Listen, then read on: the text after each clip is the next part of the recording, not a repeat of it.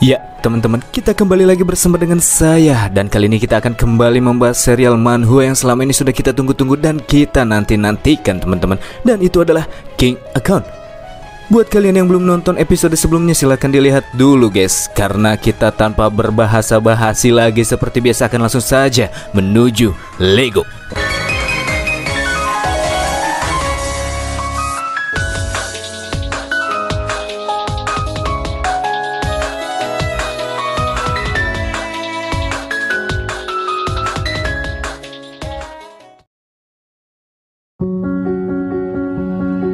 Di episode sebelumnya kita sudah diperlihatkan dengan Hyew yang pada akhirnya mengaktifkan Great Perception untuk bisa menemukan keberadaan Mui.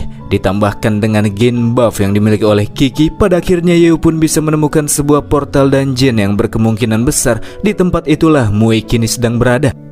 Setelah memperolehnya, ia pun kemudian melepaskan Great Perception karena ia sudah mendapatkan apa yang ia inginkan. Dan setelahnya barulah Hyew merasakan efek dari Great Perception, di mana dia merasa jantungnya berdegup dengan kencang dan ia juga merasa seluruh tubuhnya terbakar seakan-akan itu akan segera meledak. Bersamaan dengan itu, sistem juga menyebutkan karena keserakan Hyew telah dilebih-lebihkan dalam sekejap, itu telah mempengaruhi emosi dan keinginan lainnya, dan keadaan itu akan berlangsung selama 4 jam ke depan. Ya, itu semua karena Kiki yang memberikan Gain Buff kepada Hyew. Dari arah lain, Yin Huan kemudian mendekati Hyew dan bertanya apakah ia baik-baik saja. Kalau dilihat dari reaksinya, Hyew seakan-akan seperti sedang merasa tidak nyaman, sama halnya dengan Kiki yang juga ikut mendekati Hyew. Namun di sini Kiki sadar karena keserakannya telah dilebih-lebihkan, pasti terdapat efek samping yang menyebabkan Hyew menjadi seperti sekarang. Dan secara teori, selama Hyew melampiaskan keinginannya, maka semuanya akan kembali dengan normal. "Aku ingin menjadi," ucap Hyew. Dan cuma sampai situ saja kata-katanya. Tapi saya yakin 1000% Celsius, teman-teman, kalau Hyew pasti ingin jadi King Harem. Karena di sini Hyew tiba-tiba saja memeluk Kiki dan Yin Huan dengan erat. Yin Huan di sini juga yakin apabila Hyew pasti sedang ingin nganu. Karena Yin Huan di sini sudah paham dengan apa yang terjadi, dia meminta kepada Hyew untuk tidak perlu menekan diri lagi karena dia tidak ingin melihat Bang MC merasa tidak nyaman. Maka dari itulah di sini Yin Huan akan membantu dan bekerja sama dengan Hyew. Sama halnya dengan Kiki yang merasa jika apa yang kini Hyew alami itu semua dikarenakan dirinya yang tidak bisa mengontrol kekuatan Gain.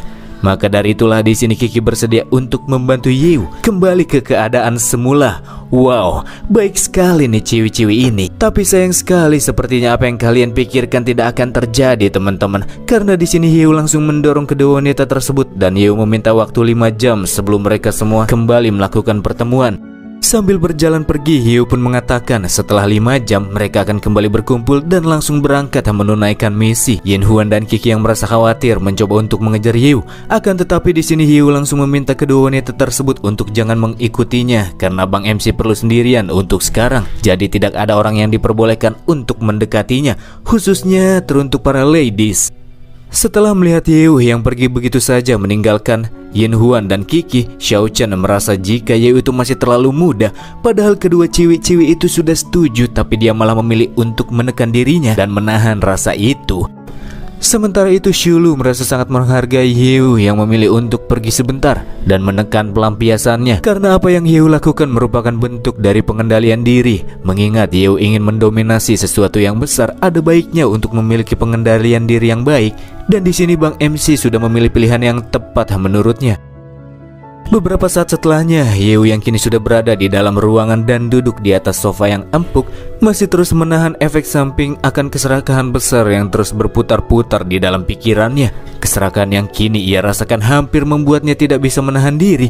Jadi memang benar kalau Great Perception itu merupakan skill yang harus digunakan dengan hati-hati. Apalagi kali ini ditambah dengan kemampuan Kiki, dia benar-benar dibuat sangat kewalahan. Tapi untunglah Hyew kini sudah berhasil menemukan keberadaan Mui yang tengah berada di dalam dungeon.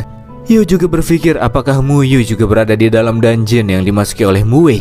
Dan Mui yang masuk ke dalam dungeon tersebut bermaksud untuk mencari leluhurnya yang satu itu. Di lain hal, mengingat Muyu sudah hidup selama ratusan tahun, Hyew yakin kalau orang tersebut pasti telah mengembangkan kedua artefak Yuanchu secara ekstrim. Lalu akankah kedua artefak tersebut berdampak pada dunia yang saat ini Hyew tinggali? Jika pemikiran Hyew ini benar, maka bisa dipastikan kalau Muyu pasti telah menjadi sosok yang mengerikan. Hyew saja sulit untuk membayangkannya saking luar biasanya. Namun dari itu semua bagi Yew untuk sekarang pertanyaan terbesarnya adalah setelah sekian lama apakah Muyu yang sekarang sudah menjadi musuh ataukah teman bila mereka berdua kembali dipertemukan. Bersama dengan itu muncullah notifikasi sistem yang berisikan bahwa 10 menit lagi Yew akan memasuki dunia Shadow King. Namun karena progres quest Shadow King Yew telah mencapai angka 50%, ia bisa memilih apakah ia akan ikut seperti yang ditentukan oleh sistem ataukah tidak. Itu bebas sesuai dengan pilihannya. Kita akan sedikit mengingat kejadian kondisi terakhir di dunia Shadow King sebelumnya.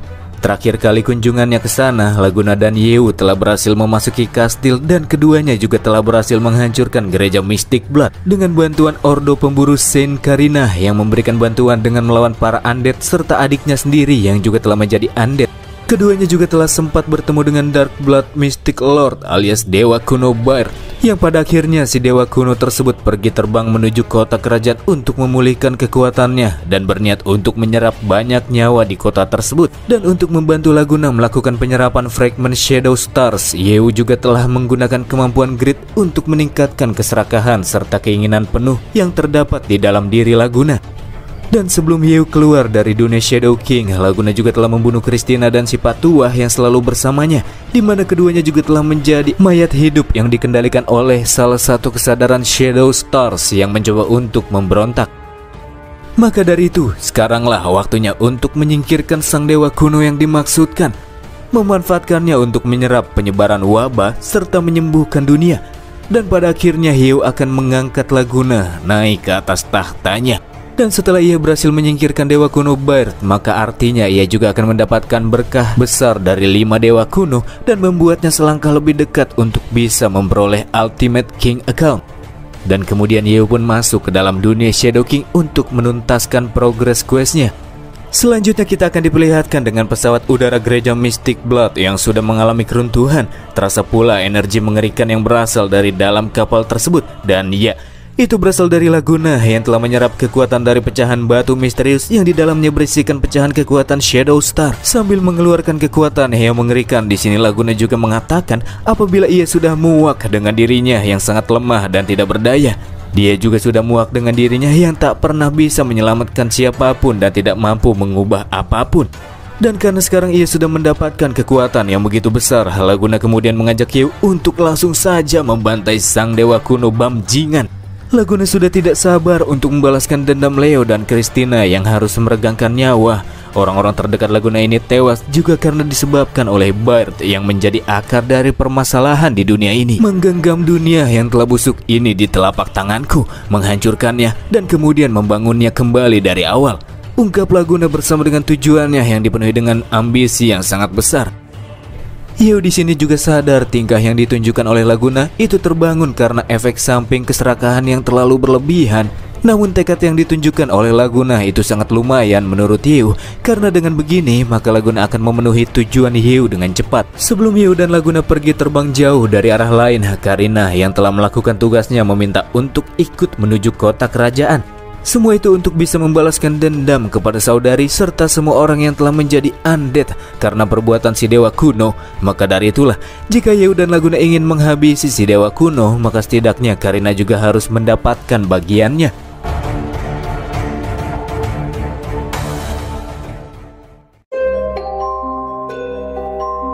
Selanjutnya kita akan langsung dialihkan menuju kota kerajaan, di mana kita akan diperlihatkan dengan Baird yang menggunakan kekuatan darahnya untuk mengkontaminasi seluruh warga yang tinggal di kota tersebut, mengubahnya menjadi makhluk mutasi yang tidak bisa mengendalikan diri. Sedangkan bagi orang-orang yang belum terkontaminasi, mereka akan langsung menjadi incaran para mutan yang haus akan darah. Teriakan para warga yang meminta pertolongan sama sekali tidak didengar oleh siapapun, karena seluruh isi kota tersebut kini sudah berada di dalam kendali sang dewa kuno. Memang selama masa penyerangan yang dilakukan oleh Baird, terdapat beberapa anggota kelompok militer kerajaan yang mencoba untuk menghentikan dirinya.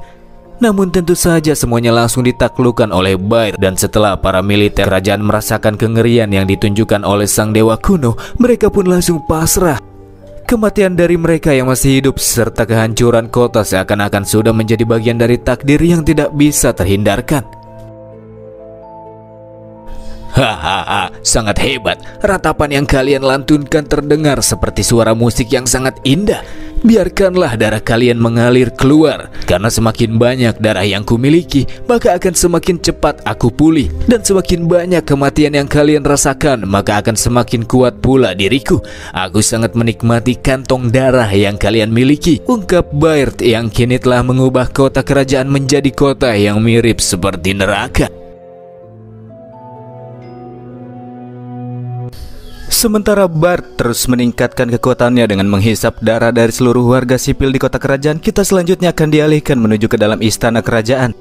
Di tempat tersebut kini sedang terjadi kekacauan yang ditimbulkan oleh para senat, penasehat, serta orang-orang penting kerajaan yang terlihat melakukan penjarahan dengan mengambil harta-harta yang terdapat di dalam istana. Mereka melakukan hal ini agar bisa bertahan hidup setelah bisa kabur dari kota kerajaan yang kini sudah benar-benar dianggap tamat karena penyerangan yang dilakukan oleh sang dewa kuno benar-benar sudah tak lagi bisa dihentikan. Di arah lain kita juga akan diperlihatkan dengan seorang wanita pirang yang diketahui sebagai putri kerajaan sedang menangis dan sama sekali tidak bisa berbuat apa-apa ketika melihat situasi tiba-tiba berubah secara drastis. Orang-orang yang sebelumnya sangat menghormati dirinya kini menganggap sang putri seakan-akan tidak lagi ada. Mereka lebih memilih mengabaikannya dan mengambil harta-harta tepat di depan mata sang putri. Bersama dengan itu muncullah beberapa ksatria militer kerajaan yang datang dan menghentikan orang-orang yang tengah mengambil harta dari istana. Situasi yang sebelumnya kacau kini mulai bisa dikendalikan setelah para ksatria militer datang, dan pada momen ini para penjara hanya bisa meminta maaf telah mencoba mengambil harta kerajaan, sebab mereka tidak memiliki pilihan lain lagi selain melakukannya. Di sini para penjara juga meminta kepada militer untuk membiarkan mereka tetap hidup. Sama halnya dengan sang putri. Di sini ia merasa apabila kedatangan sang kesatria menjadi sebuah harapan, ia merasa sangat senang dan meminta kepada si kesatria untuk membawanya pergi melarikan diri dari tempat ini. Tidak peduli hadiah apa yang sang kesatria inginkan, sang putri berjanji bahwa selanjutnya keluarga kerajaan akan memberikan apa saja yang diinginkan oleh kesatria tersebut. Siapa yang peduli terhadap hidup dan matimu? Seluruh harta di dalam istana ini akan segera menjadi milikku dan rekan-rekanku, ungkap si kesatria militer sambil menatap tajam ke arah sang putri. Yang ternyata kehadirannya di tempat ini juga memiliki tujuan yang sama dengan para penjara. Ya, di sini putri sudah salah paham dengan situasi yang terjadi, karena sekarang bagi para ksatria kerajaan dunia akan segera berakhir. Dan pada titik ini kerajaan tak lagi memiliki kuasa untuk bisa melakukan perintah terhadap siapapun, termasuk dengan para ksatria kerajaan seperti mereka. Jadi untuk kedepannya takkan ada lagi yang namanya semacam imbalan dari kerajaan seperti apa yang dikatakan oleh Tuan Putri. Sambil memukul kepala putri dengan menggunakan gagang pedang, si kesatria pun mengatakan jika ia takkan membunuh sang putri karena di masa lalu ia sudah memberikan perlakuan yang baik terhadap para ksatria. Ia juga sekalian menyarankan kepada wanita tersebut untuk tetap berada di dalam istana dan jangan pergi keluar, karena jika ia pergi keluar maka putri akan mati. Sementara para ksatria kerajaan melakukan pekerjaan mereka mengangkut harta-harta yang terdapat di dalam istana, di arah lain putri dengan tubuh lemahnya hanya menangis dan bertanya-tanya di dalam pikirannya, kenapa tiba-tiba segalanya berubah dalam waktu sekejap. Dari sini ia juga paham jika orang-orang yang selama ini melayaninya dengan baik nyatanya tidak sesuai dengan apa yang terlihat. Ya, kerajaan tersebut hanya diisi oleh orang-orang busuk yang sedari awal memang tidak pernah memiliki jiwa nasionalis yang tinggi. Setelah memperoleh fakta ini, putri pun akhirnya tak sadarkan diri. Setelah kembali membuka kedua matanya, kini yang bisa wanita ini lihat hanyalah para mayat dari para penjara, serta istana yang sudah kosong setelah semua barang berharga yang ada di sana diangkut oleh para ksatria yang melakukan pembelotan. Mencoba kembali bangkit, sang putri merasa bersyukur karena dalam insiden tersebut ia masih belum mati seperti yang lainnya, hanya kepalanya saja yang terasa sedikit agak pusing. Melangkah pelan-pelan keluar dari istana, putri bertanya-tanya apakah semua orang yang masih hidup kini sudah melarikan diri dari tempat tersebut. Di sini ia juga sangat berharap muncul seorang yang bisa menyelamatkan dirinya, tidak peduli siapapun itu. Akan tetapi ketika sang putri keluar dari istana, dari arah kejauhan ia bisa melihat sosok mengerikan yang kini telah mengendalikan kota kerajaan, dan itu adalah sang dewa kuno Baird. Hanya dengan melihat bentuknya saja, putri langsung berpendapat apabila kota kerajaan kini benar-benar sudah tak lagi bisa terselamatkan. Ia sadar kenapa situasi bisa berubah sesingkat ini, pasti itu karena keberadaannya. Sekarang putri juga yakin jika tak mungkin ada seorang yang datang untuk menyelamatkannya. Bersama dengan itu putri mengeluarkan sebuah belati yang kemudian ia arahkan langsung ke arah batang tenggorokannya. Ia berniat untuk bundir karena kerajaan ini akan segera berakhir. Dan sebagai seorang putri ia juga tidak lagi memiliki siapa-siapa ataupun tempat tujuan. Maka dari itulah bundir adalah solusinya. Jangan ditiru teman-teman. Akan tetapi sebelum melakukan eksekusi, Putri tiba-tiba menjatuhkan belatinya. Karena di saat itu ia bisa melihat dari arah kejauhan muncul 3 orang yang sedang terbang ke arah kota kerajaan. Sebagai domba yang tak berdosa, sang putri sangat yakin pasti ketiga orang tersebut adalah utusan yang turun dari langit untuk menyelamatkannya. Apakah wanita ini akan menjadi beban bagi Yeu dan teman-teman? Menarik. Beralih ke sisi Yeu bersama dengan Laguna dan Karina, mereka ketiganya kini sudah hampir tiba di kota kerajaan. Namun terdapat masalah di sini karena sang dewa kuno memasang pelindung yang menyelimuti kota. Menurut Laguna, si dewa kuno yang memasang penghalang dengan sengaja melakukannya karena ia ketakutan. Makanya ia mengisolasi kota kerajaan ini. Karena sudah nggak tahan untuk langsung baku hantam, Laguna pun mengeluarkan lengan darah raksasa dan mendaratkan serangan ke arah dinding penghalang. Tapi sayang sekali serangan Laguna masih belum bisa menembus pelindung tersebut. Apakah kekuatanku masih kurang, pikirnya.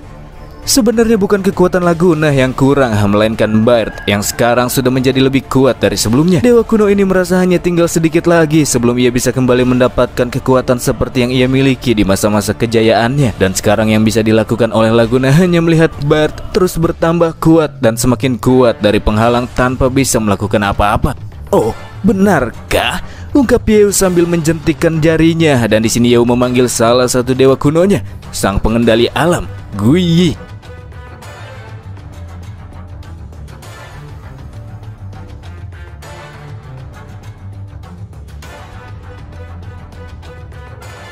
Setelah kemunculannya tanpa berlama-lama, Guiyi menggunakan kemampuan konversi ruang dan waktu, membuat Yeu dan teman-teman bisa memasuki penghalang yang dipasang oleh Bard. Karena terdapat batas pemakaian wajar di dalam dunia ini, peran Guiyi pun hanya sampai di situ saja. Sayang sekali.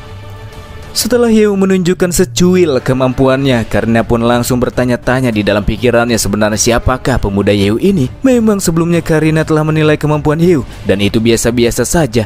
Tapi setelah melihat kejadian ini, Karina merasa kalau sebelumnya ia terlalu meremehkan Bang MC kita. Di sisi lain, Bard dibuat kembali tercengang. Ia benar-benar tidak mengira kalau Yeu ini sebenarnya memiliki 2 dewa kuno di dalam tubuhnya.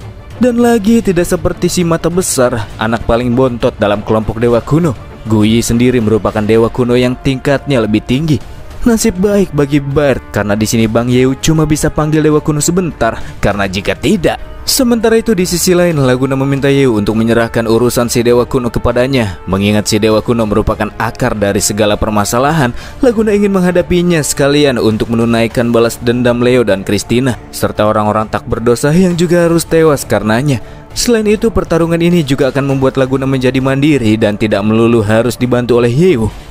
Mempercayakan dewa kuno kepada Laguna, Yeu bersama dengan Karina selanjutnya pergi ke arah kota untuk menyelamatkan warga sipil yang masih bisa diselamatkan.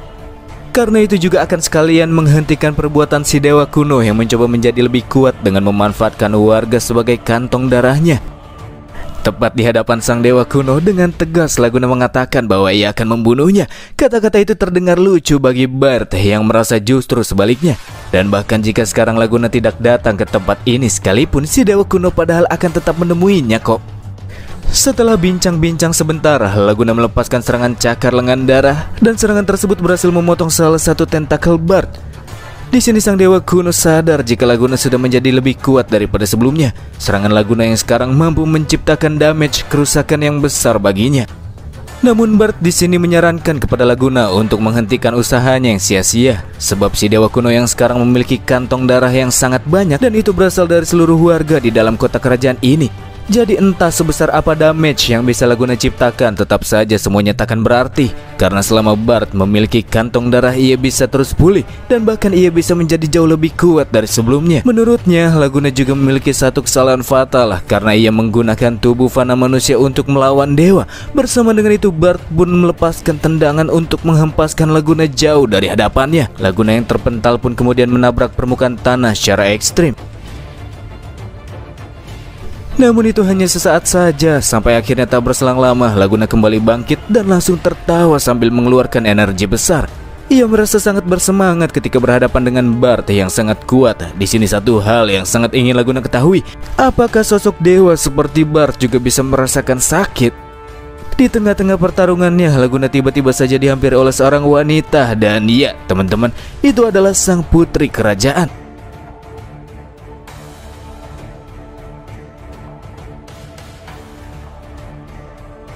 Dark Blood Secret Lord menjadi semakin kuat dan terus menekan Laguna. Namun di saat yang bersamaan Laguna juga bertemu dengan sang putri. Apakah itu merupakan sebuah takdir atau hanya kebetulan saja? Untuk mengetahuinya, nantikan terus kelanjutannya di minggu depan.